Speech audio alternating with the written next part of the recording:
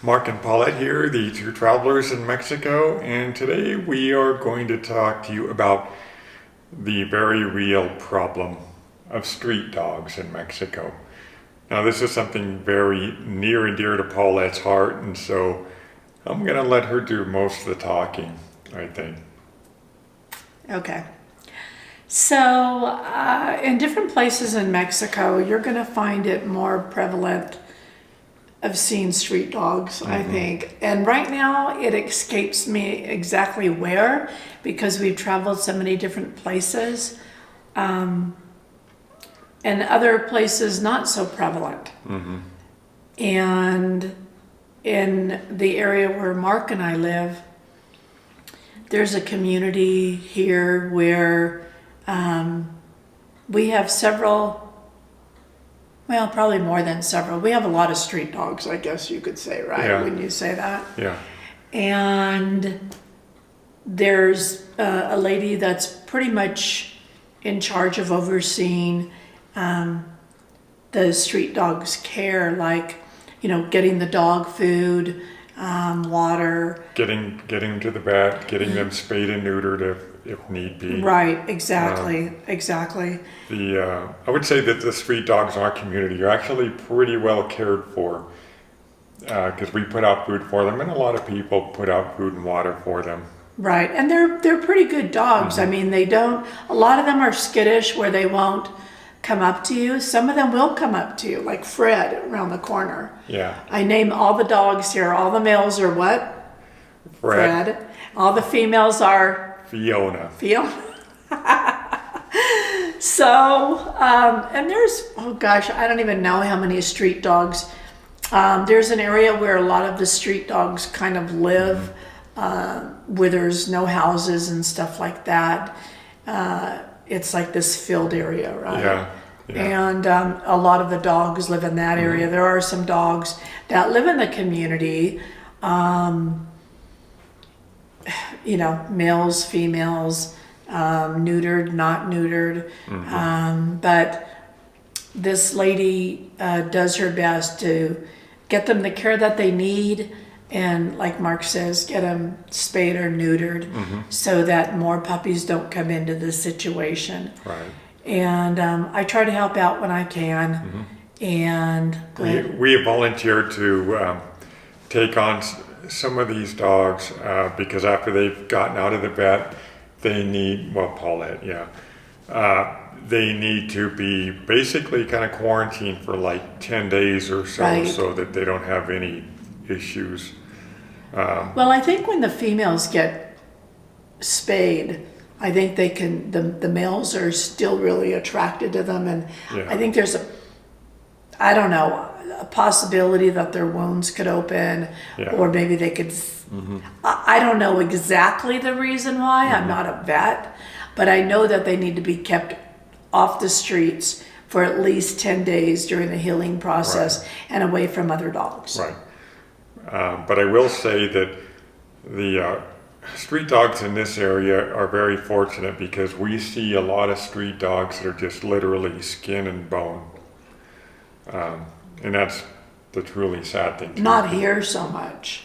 No, Is that what you mean? Yeah, not here Yeah. in the area that we live, but Not here. out in other places in Mexico, we do see a lot of dogs that are just skin and bone.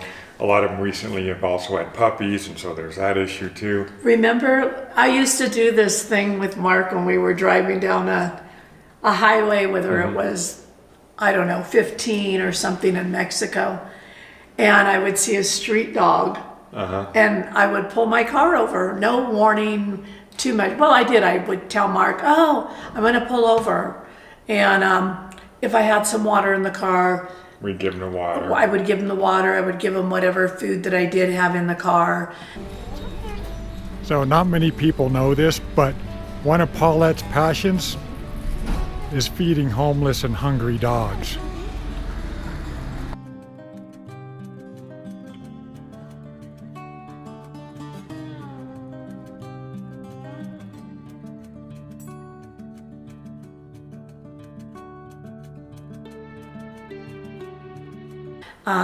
Sometimes if there was a store nearby, we'd go to the store, get some food, bring it back to them. Right, right. Yeah.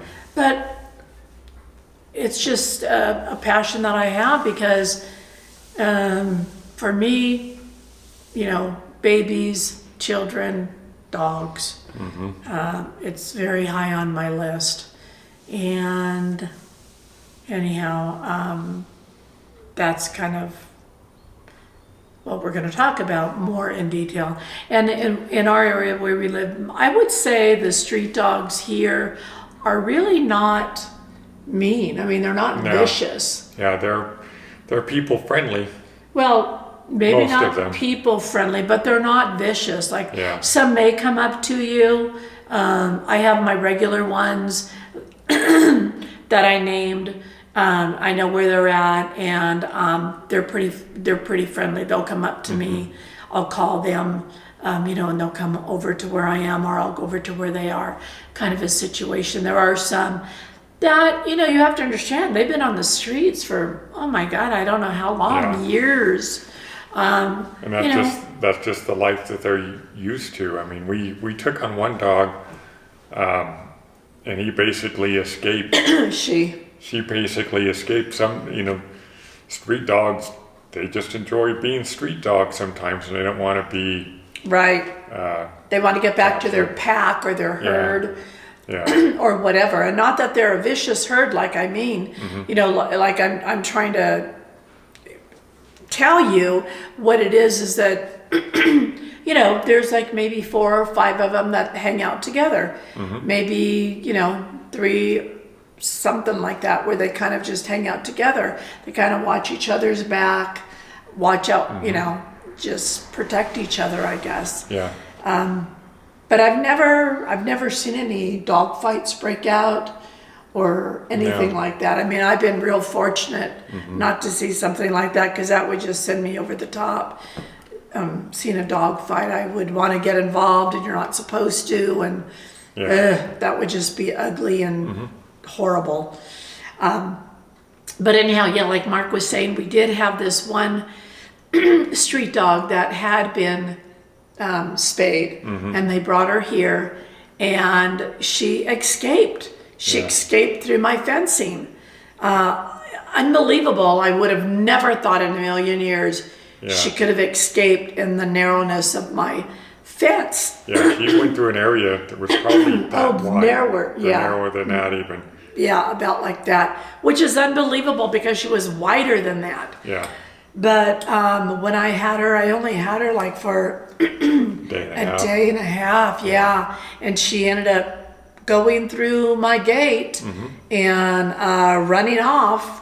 And that night when I had her, I mean, she was like howling, crying, going back and forth, you know, like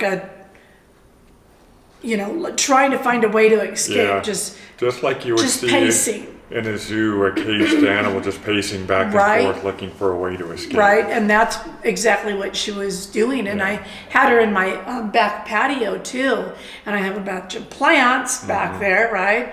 So she was just going like Mark said, like a caged animal. Like she was trying to find a way to jump the walls, and the walls are really high. I mean, I don't know how high they are, 15 feet. I have no I idea. think they're like 12. But 12 feet, you know, but she did not like being here at all. And it was, Right. of course, for the best of her healing process, but she wasn't having anything to do Right. about it. And I remember I felt so bad when she got out. We went for a hunt To look for her. to look for her. My friends, Jeff and Kathleen, got in the car, and they were trying to look for her. And I mean, I was almost in tears because I felt like this dog was given to me in my possession to take care of, not to let escape. And she did. Yeah. She escaped. It wasn't like there was a door open. She Yeah. escaped through the bars Yeah. that I would never think she would fit through. Yeah. It was like a doggy version of a Houdini escape through an area a lot smaller than Right. you think. Yeah, a dog could it fit was through. it was crazy. It really So. was. But anyhow, you know, like some of the street dogs by where I'm at, some of them hang out at some parks during the day. Some of them have their little corners where they sleep on and stuff like that. And some of them near me have like dog beds. Yeah. And I ended up buying 3 dog beds Yeah. because there was like 4 of them that hung out in this one area. So I bought 3 dog beds. Because there was already some there. Right. And I don't know if the wind blew one of them away one night. It was pretty windy. Yeah. Or if somebody needed that dog bed for something more important and took it. I have no idea. I've bought, the plastic dog bowls. I think there's 1 left on that. But, these dogs are not treated badly by people, I don't think. No.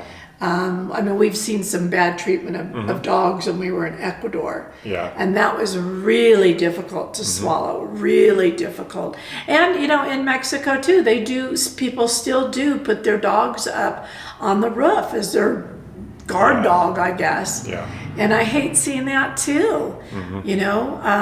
There's somebody else that has 2 smaller dogs that keep them caged and maybe in their backyard. They do have grass back there, but they don't let them out of this caged area. It's maybe like a 3x3 area. Is that what you would guess it is? Yeah. And that's it. That's it. It's covered so the sun doesn't penetrate on them. But that's where these 2 dogs live. They live their entire life in that little 3x3 area. They don't get walked, nothing. And it just breaks my heart to see this and to know this. But I've checked with this one person to find out what can I do about this situation. And basically, you need to take pictures. You need to have proof. There's a lot of stuff you have to do. And I don't know that I can do something about it. I'd like to, but I haven't pursued it at this point. Yeah. But anyhow, the dog vet bills add up. With if they're cut, needing surgery, or let's say there was some kind of a big wound on the dog, Injury. they will take them to the vet nearby, and he'll take care of that. Well, there's a dog bill that's sitting there, so I told her that I would try and donate every month. Maybe sometimes I can't do it, but that's my passion and that's what I care about. And a lot of times I haven't done it for a while, I forgot, but I'm back into doing it again, where I have food and water outside in my neighborhood area. And sometimes you will find that people will have a water bowl out for the stray dogs in case they're thirsty and they just happen to be walking by. And that's where a lot of our YouTube money goes, is we donate it, to some organizations that take care of the dogs around here is one that we donate to. We make like $80 a month on this channel, and so we just donate it back out. Not a big channel. Yeah, we just donate it back out to different charities and stuff, and street dog care is one of them that's very near and dear to our hearts. So we give a fair amount of money to them. Right.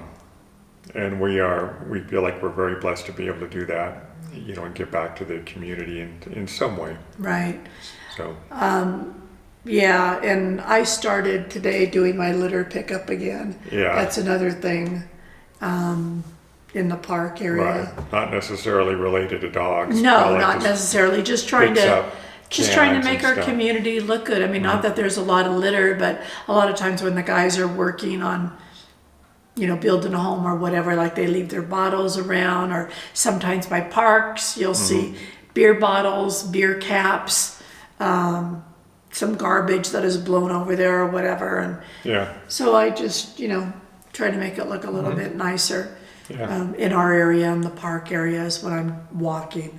Every little bit helps. Yeah, and you guys know that I walk. You've seen pictures of Bimba, my neighbor's dog. Yeah. Which she's a golden retriever, I think she is, right? Yeah, a golden retriever. She's a puppy, and I try to walk her, and I buy her toys, and I buy her a harness, and I buy her a collar, and stuff like that, little treats. Bring her over here, walk her, stuff like that. Yeah.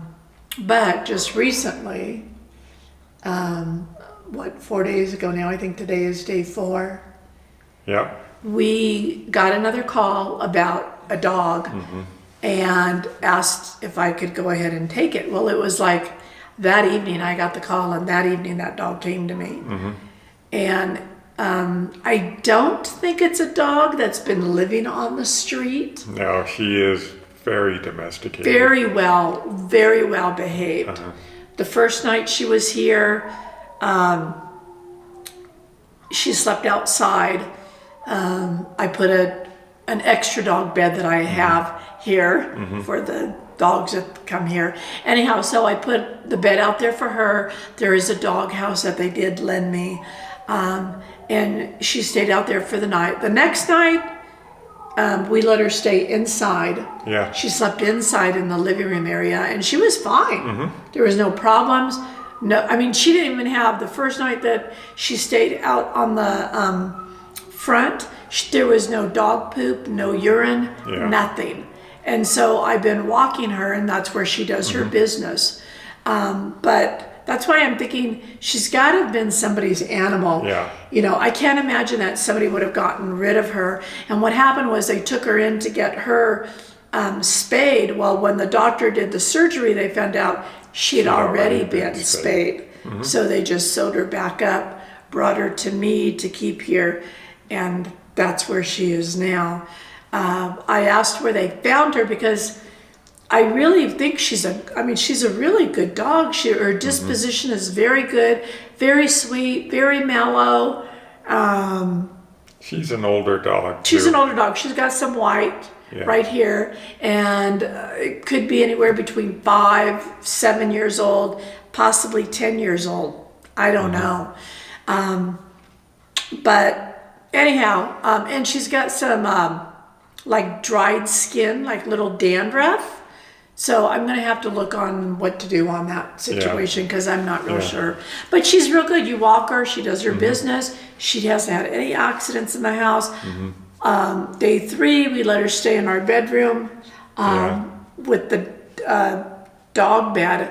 And actually, that's where she is now because the screen is open to our slider. The fan is on over our bed, and she runs pretty warm, I think. Yeah. So that's where she is now. I think that's her new favorite spot. Yeah. And guess what I named her? Any guesses? Fiona. Fiona. Fiona. So, Now, go ahead. we are trying to find her Home. home. We'd like to, yes. Just because I think we don't know what happened. She might have been abandoned, I don't know, or she just might have. Somebody could have gotten out left of the it gate one open day. by accident and dogs will get out. You know, the problem is that she was found pretty far away from here, so we don't know if we're going to Right. find the owner. But we are also not going to let her be turned out to the street No. either. So No, definitely not. it's pretty likely that we're the new owners of Fiona. If a Most dog can likely. be owned. Yeah, I think she was owned. Yeah. I mean, she's obviously a pet, very well-behaved pet. But we bought her a dog collar like harness. Same one that I had bought for Bimbo. We bought her a leash. We bought her a name tag with her name on it with my phone number on it in case something happens to her. We bought her a big bag of dog food. We bought her a dog bed. You know, ideally, I would imagine that her owners must be missing her terribly, and her probably missing them terribly. The thing is that I'm trying to find out where they found her so that maybe I can make some flyers and go there. I don't know how long ago it was. I don't know a lot of this detail. So I'm trying to find that information out. But they told me that it was a distance where she had been picked up. Right. So for now, we're her adopted parents, and she's a good dog. Yeah. She's a good dog. We'll show you some pictures of her. And again, we just wanted to give you some information on the street dog issue. Right. Some countries are really bad. Some areas, like I said, even in Mexico, you'll see dogs wandering around a lot more. Here you'll see them once in a while, even in Central, Yeah. wandering around. But like I said, in certain areas in Mexico, and I can't think of them right offhand, you'll see a lot of them. Yeah. A lot of them wandering around. And a lot of them are just in dire need. You can Yeah. just tell by their, Yeah. their skin and bone basically. And a lot of times it looks like they've recently had puppies. Yeah, and it's the ones that, like when we're driving on a highway or whatever, or some passing through some little town and there's a little dog off by the side of the road, or like wanting to cross the street, I just cringe every time I see that. And so many I've just wanted to put in the car and take home and try to give them a better life. Yeah. It's Yeah. tough. It is. It's tough. I mean, if you're an animal lover, Mexico might be emotionally difficult for you because there are so many needy dogs out there that that could need some help of one kind or another. Yeah. Paulette and I would also like to thank you for watching our videos and stuff, because when you watch the videos, maybe you watch some of the ads, maybe you don't, but we get paid a little bit of money and we're able to turn around and donate that money back to the care and welfare of street dogs and other Mexican charities. So we appreciate that very much. And I know it's really hard to do because I have the same issue. When I watch like Tangerine Travels, I have that same issue where I want to fast forward through the commercials, but maybe if you know where our money is going to on rescuing these dogs, helping to pay for the food of these dogs, the vet bills, maybe you can, let the commercials run and go get, a bag of chips or something and come back and sit on the couch and suffer through it a little bit. Make yourself at home in your own house and watch commercials. I know it's asking a lot. I mean, I really do, because it's difficult for me too. But, hopefully us sharing this, you'll be able to find it in your heart to watch those commercials so that we can get a little bit more money to donate. I like to try to donate a certain amount each month. And like Mark says, our channel really doesn't bring it. Does it even bring in 80? It's about $80 a month on average. Okay. But even on our Facebook group, there's a guy, Paul J. Brown. Oh gosh, Paul. Mwah! He has his own dog sanctuary. He does. Outside of San Luis, an hour and a half or 2 hours outside, and he's got an area where he builds structures for dogs and stuff too. So if you are on our Facebook group or want to get on our Facebook group, It's Paul Brown. Paul J. Brown is the guy, that you can talk to, and he'll, if you want to make a donation to him. He rescues puppies that are like thrown Yeah. away in the garbage. Yeah. Somebody will find them and they'll bring them to Paul, and he does everything under his power to keep those puppies alive. Take them to the vet, do whatever they need to do, buy them food, buy them the bottles if they need to be bottle fed. He has lost some in the process, but I mean, he's got a big heart. Yeah. Big heart. So shout out to you. Shout out to you, Paul. Yeah, for doing this. You know that I appreciate what you do. You're a godsend man for helping out those dogs. I appreciate that. All right. Shall we introduce them to Fiona now? Sure. Okay.